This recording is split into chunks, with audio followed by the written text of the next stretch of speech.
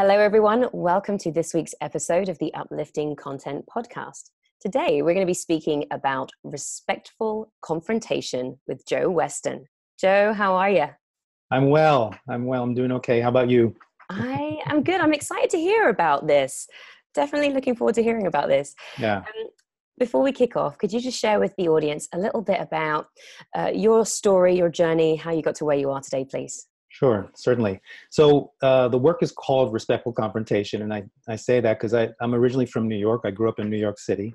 And for those of you who know New York, that's already just your daily life in the streets is an examination of confrontation and conflict. So I've always been busy examining that work and loved growing up there.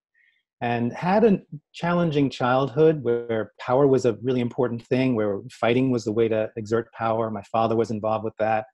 Got mixed up, spent some time in jail when I was a kid. So I came from a background where fighting and arguing was the way to exert power. And yet, even back then, I asked myself the fundamental question, which has really taken me through my life. It's my life journey and is the essence of respectful confrontation is why is it, even though we know better, even though we're a relatively intelligent species and technologically we're pretty advanced, we got all the information we want, we can see it, like close-up pictures of Pluto, as I always say. Why is it, even though we know better, we still have arguments and fights? Because we're emotional beings. Yes, right. Well, the work is the examination of that. It's like, so how do we address that? So even though we know better, and we think, like when I always say for Americans who understand this, Thanksgiving dinner. It's like what you say, I'm going to go to Thanksgiving dinner. This time I'm not going to have that fight with my mother. And then before the turkey's out, you're having that fight. And the question is, how did we get here? So the work is really examining that even though we want to do better, we should know better, we still get caught up in these patterns where we find ourselves in the same cycle, which we're seeing playing out on an individual level, in a relational level, in a work level, and we're seeing it certainly play out on a global level in government. And so that's I'm sorry. No, I was just going to say, so how did you go from this life in New York? Obviously you had that curiosity. What was your journey of sort of understanding this and getting into this work? Well, I was very lucky that someone approached me when I was a young man and said, you really need to meditate. I said, oh, no, I couldn't possibly do that. I couldn't sit still that long. And they suggested Tai Chi. That's the movement meditation, so breathing. It's a martial art, and it's learning how to harness energy and balance and using the force of others to actually, in a sense, stay engaged in engagement. And you may see people who do that, and it's very beautiful. And you learn how to really, to understand the power in softness, to understand the power in resilience and in flexibility. That's what I really learned. And that started my journey of really starting to look differently at the world and look within. And then somehow I decided I was going to bum around Europe for a year when I'd finished university. I started in the Netherlands and I stayed for 18 years. Wow.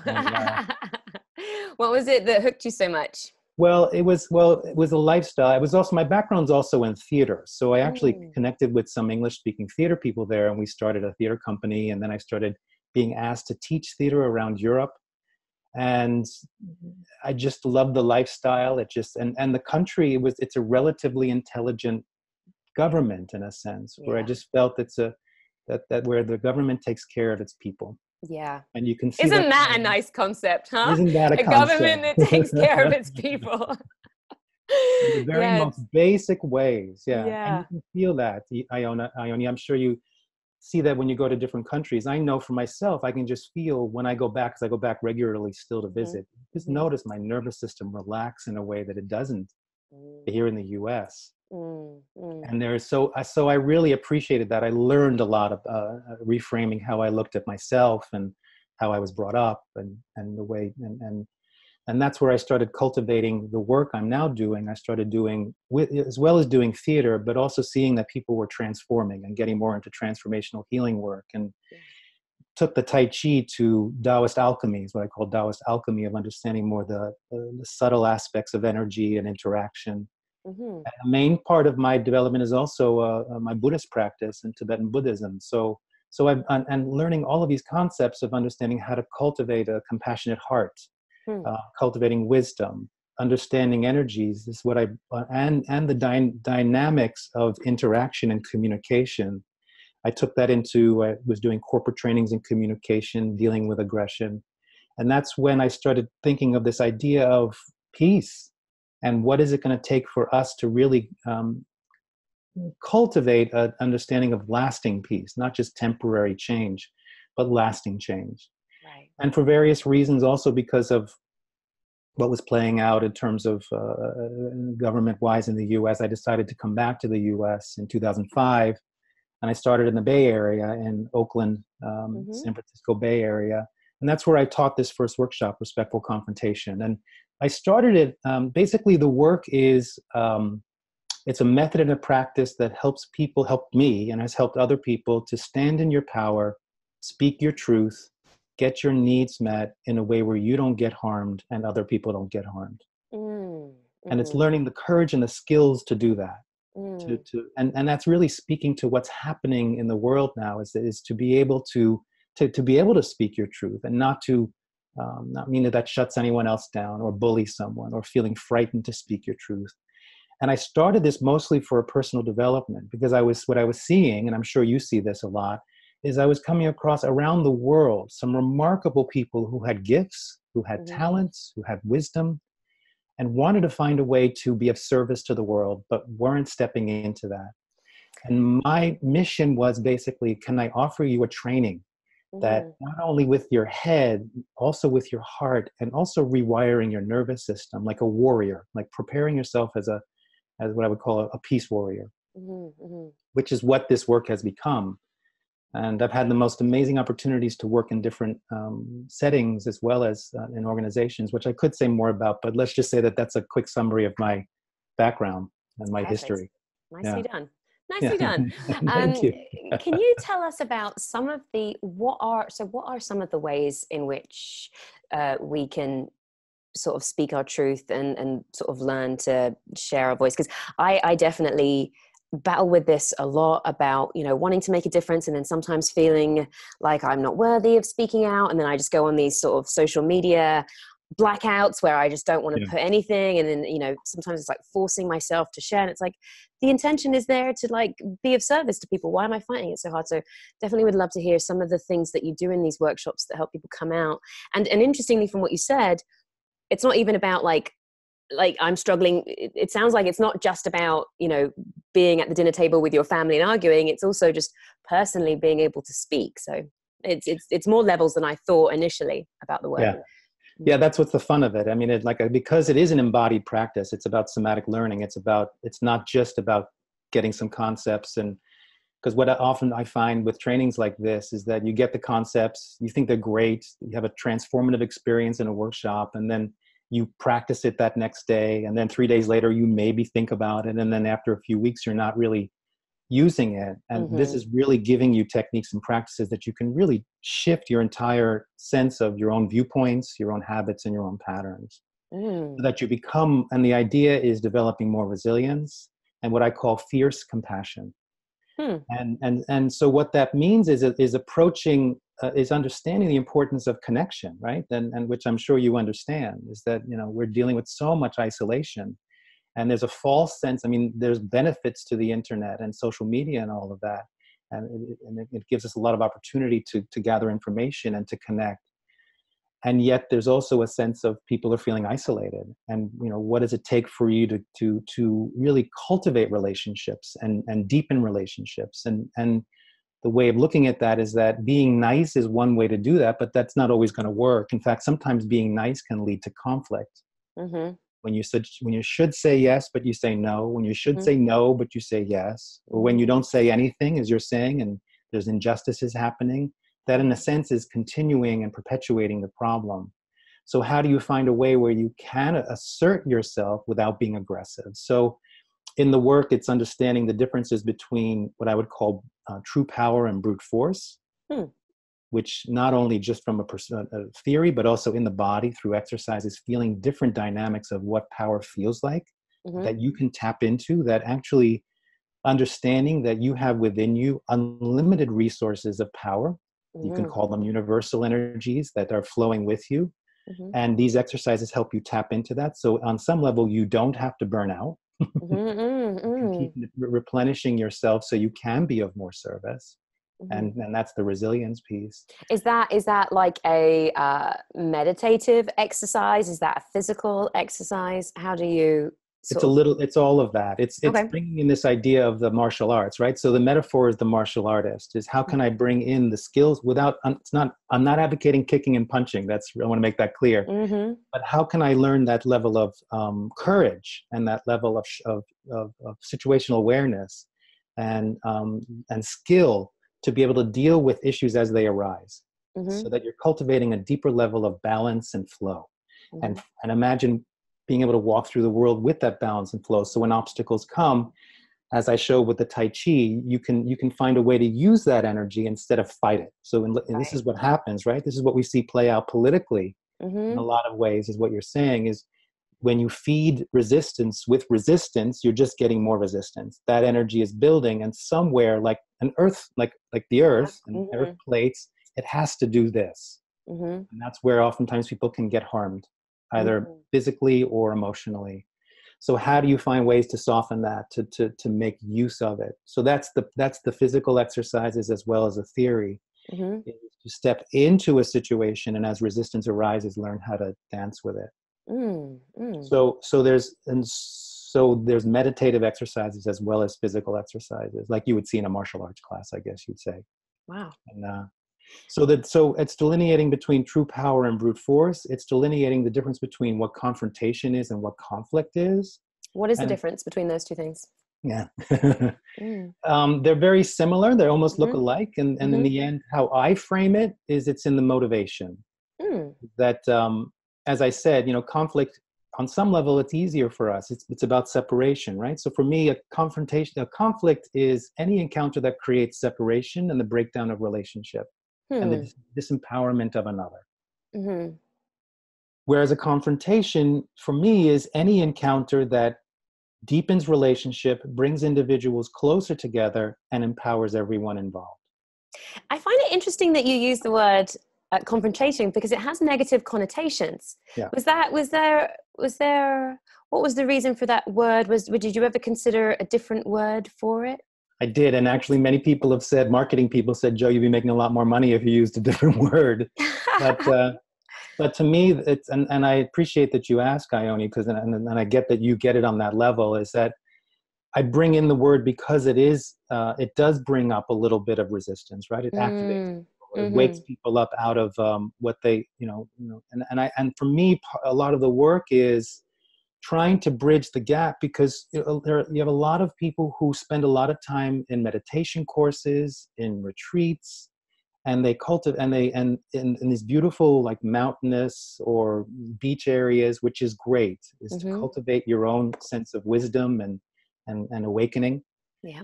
and yet not finding a way to take that into their daily lives. Yeah. Yeah. It's very easy to be zen and do that when you're in this glorious environment, but when you're on the streets of New York, say, and someone just shoves you in the Yeah. street, that's the true test. Or if you're in your car on a freeway in In LA. LA, yeah, exactly. Yeah, I think I've heard that about sort of, it's easy to be a Buddhist, a monk when you're up on a mountain with no Right, women or temptation or anything anywhere. Put the right. monk in the city and see how they do. Like that's kind of a truth. That's the real practice. Yeah, Yeah. and that actually, Ione, is the essence of the work. It's saying, okay, we are in a place, we're seeing so many things break down in our society at the moment. Old structures are breaking down, which is very frightening, and for a lot of people, terrifying, you could say, and has a lot of consequences. The beneficial, the positive thing, or the good news of that is that old structures are breaking down, which makes space for the new. And in a sense, who are the people who are stepping up to really embody and take leadership in the new?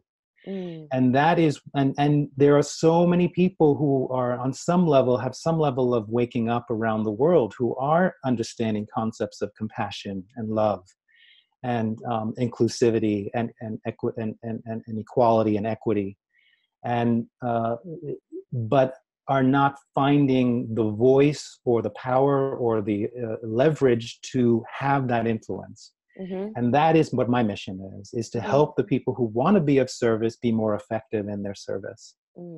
So coming back to this idea of confrontation is how are you building your skill set so that you are comfortable stepping into when, how do you confront a bully without being a bully?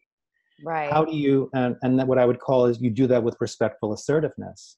So the last piece, so there were three themes. It's true power versus brute force, confrontation versus conflict, and then how do you delineate between assertiveness and aggression? I'm curious. I'm curious about that. Right. So I get that. There's a fantastic person I interviewed a while back called Chris Voss. He works on is a former FBI hostage negotiator, and he talks a lot about, when you sort of rise up to aggression, it only just fuels things. When you can kind of keep yourself calm, it calms down that situation. I do work on this, but I'm very easily triggered too. So I'm like still not. I've still not quite mastered that yet. So I understand this kind of. Sorry, what were the two things that you just said? The last two things? Assertiveness and aggression. Right. So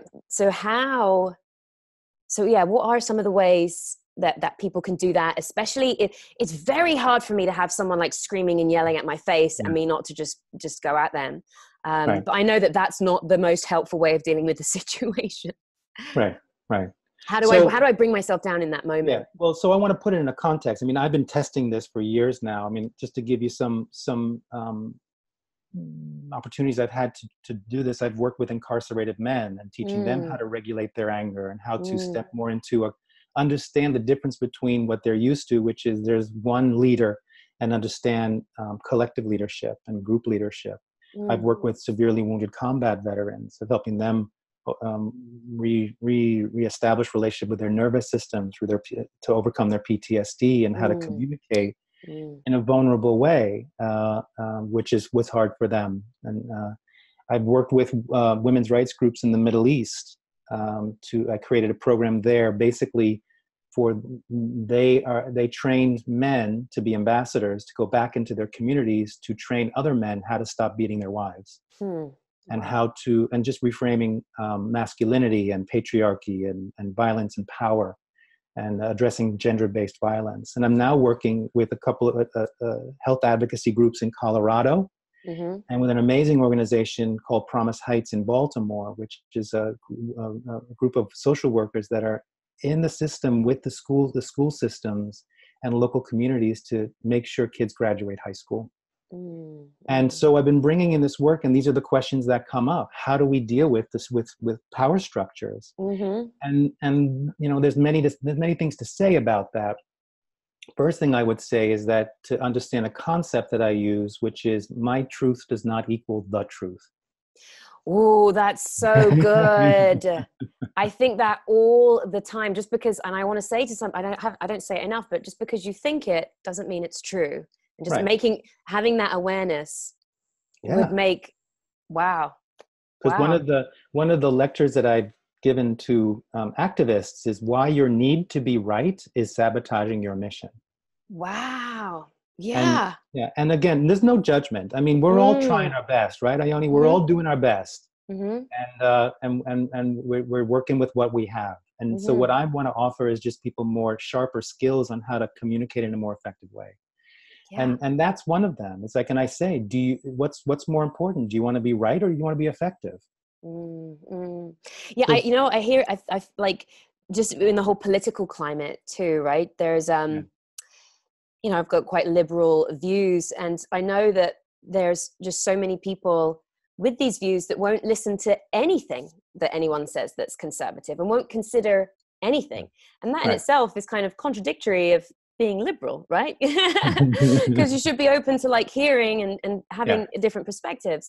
And so just in itself going, that's so powerful. Why do I need to be right and not want to listen to anything else? Right. And to be able to, how can you help people then realize, do you realize that, you may be right? So I'll often in the lecture, somebody say, but Joe, I am right.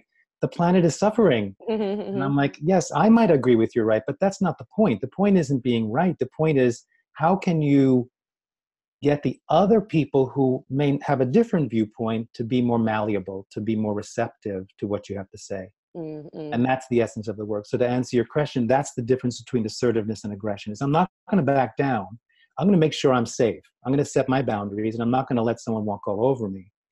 And I'm going to stand my ground, and I'm going to continue to assert my truth.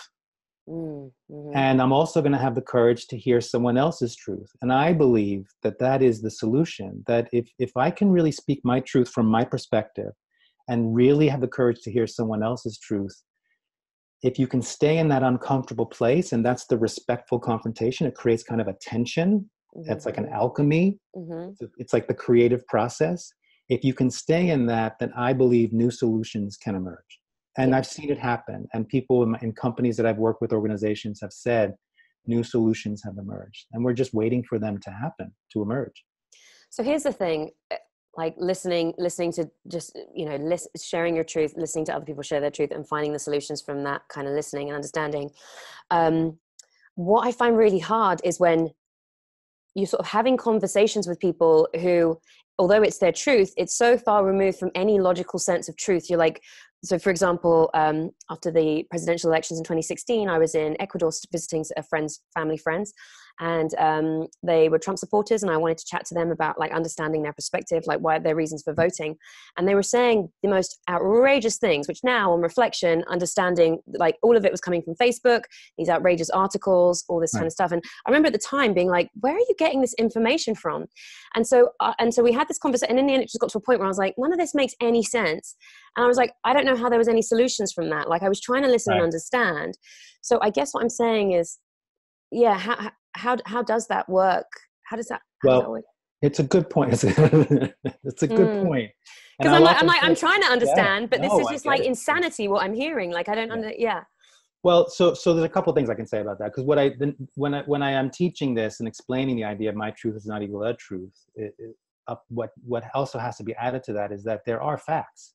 Right. That, I can have my perspective, right? So we come from different places. We have different values. We have different beliefs. We see things differently. And, for instance, in a work situation, if the meeting starts at 9:00 and let's say I always come 10 or 15 minutes late, for me in my value system, that in my truth is 10 minutes late's no big deal. But you might be someone who's like, well, wait a minute, meeting starts at 9:00. I'm there at 8:50 because you never know. That's your truth. And so, but the fact is the meeting starts at 9. Right. You can come back to that. So, and then what comes out of that is, I guess the first thing I would say from this idea of the Tai Chi thing is to say, so I'm hearing you say these things. And I have to say, really from my heart, I'm just really confused. And then hopefully they'll say, why? It says, because I haven't seen any of those facts. So I'm confused. Where are you getting that information? I want to know. Yeah, maybe you can trace that. And that will help me understand better, right? So it's not a quick solution. None of this is quick solutions. But what I'm offering is the only power you have in all of this is your truth. So by me saying I'm confused, that's still my truth. And that's and one of the main concepts, the core concepts of respectful confrontation is it's in your vulnerability that your true power is revealed. Yeah. So when I actually can sit with someone and we're getting activated and I can say, listen, I'm just going to say I'm confused. Yeah. That's an act of vulnerability. And that does that. And when I say this work is about learning how to disarm people into deeper connection. Wow. That's really what it is. Yeah. This is beautiful. It's beautiful. I wanted to touch on a couple of things before we wrap up. One of them, first of all, thank you for offering to give away a coaching session and your book to one lucky listener or viewer. Thank you so much. Can you tell us a bit about your book and sort of what a coaching session would entail with you? Well, we would have to make that up. That would be up to the person. I guess it would be just a chance to find out who they are, to find out what's on their mind and how can they make use of that time. Is it something that they're having an issue with someone that they would like some coaching around, or the best way to approach that? Are they looking for ways of I've done that with a lot of my coaching clients that I have, is how to help them, something I call creative social activism, is that anyone can be of service. You don't have to go out and protest. You don't have to have your own nonprofit. I had one client who, she wanted to do something and couldn't think of anything. And eventually we realized she's really great with needlepoint. And she called her local senior citizen center and volunteered to go there once a month to sit with them. And these people were just delighted to have someone to sit and needlepoint with and hear their stories. Mm-hmm. That is creative social activism. So maybe someone who's just looking for ways to be more of service and to have more of an impact. Beautiful. But that's what I can offer with this session. Yeah. And can you tell us about the book, Mastering Respectful Confrontation? Sure. It kind of is a summary of the whole practice. Usually this training is a 2-day training. I do them around the world. I've got one coming up in LA, actually. In October, right? October 19th. 19th and 20th, I believe. And we're co-producing that with We Deepen, LA. Yeah, interviewed Christina for an earlier episode. Yeah. She's doing amazing work. And alignment is that really that's the mission, is how do we bring people together to really engage. Yeah. And the work, it breaks down the whole method of how to train yourself through exercises and theory and practices to be more resilient, to cultivate this idea of fierce compassion. Gotcha. And it basically covers the themes that we've been discussing. I love it. So yes, you can get that book. I'll have links to your website and things like that, so people can find the details for your sessions, where they can get the book, all that type of good stuff. And I love that you've got a weekly meditation on a Tuesday that people can just join via Zoom. Tell us a bit about that, what you do in that session. Yeah, it's a free session. It's basically every Tuesday from 11:15 a.m. Eastern Standard Time. From about 30 to 45 minutes. It's what I call a global meditation for lasting peace. And it's I start with a little bit of a talk, and then I lead everyone in a meditation that I've cultivated of building our heart muscle, basically, of cultivating a more empowered heart. And I can talk a whole other half hour on the power of open-heartedness and from a scientific and neurobiology perspective. So it's cultivating that sense of being able to go in the world and manage all of the challenges that are happening, stay engaged, have a beneficial influence, be of service, and cultivate more resilience and what I call fierce compassion, which is that together, resilience and fierce compassion is a new concept I'm coming up with, which is called fierce civility. But this idea of lasting peace, it's like, who's holding, there are many people who are now at the moment doing a lot of activist work to really bring about equity and equality and justice, and many blessings to all of them and the work they're doing. And I'm wondering who's holding space for the long-term peace. And I almost that and that is what we're cultivating, is what happens when peace is there.